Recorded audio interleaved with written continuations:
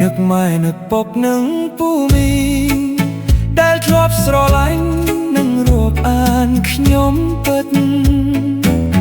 នឹកម៉ែនឹកពុកនឹងពូមីងដែលធ្លាប់ស្រឡាញ់នឹងរាប់អានខ្ញុំពិតនឹកម៉ែនឹកពុកនឹងពូមីងដែលធ្លាប់ស្រឡាញ់នឹងរាប់អានខ្ញុំពិត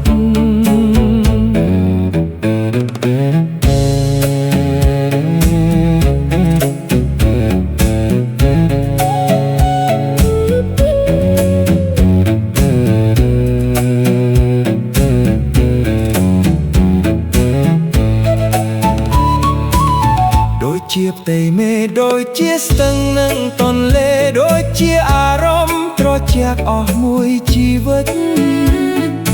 នឹកណាស់លោកទាំងអស់អើយលោកអ៊ំប្រុសអ៊ំស្រីនិងបងប្អូន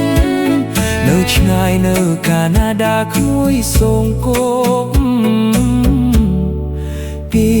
ចំងាយនឹកម៉ែនឹកពុកនឹងពូមីងដែលធ្លាប់ស្រឡាញ់នឹងរាប់អានខ្ញុំពិតនឹកម៉ែនឹកពុកនឹងពូមីង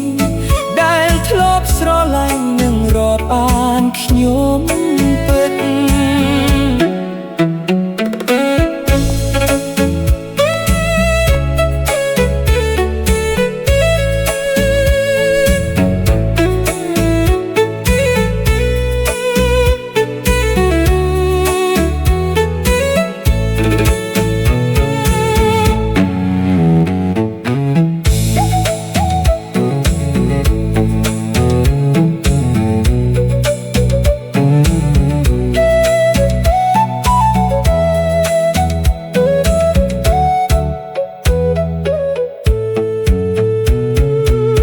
នឹកម៉ែនឹកពុកនឹងពូមីងដែលធ្លាប់ស្រឡាញ់នឹងរាប់អានខ្ញុំពិតនឹកម៉ែនឹកពុកនឹងពូមីងដែលធ្លាប់ស្រឡាញ់នឹងរាប់អានខ្ញុំពិតឥឡូវខ្ញុំសូមលាលោកទាំងអស់ហើយតែចិត្តនៅចងចាំ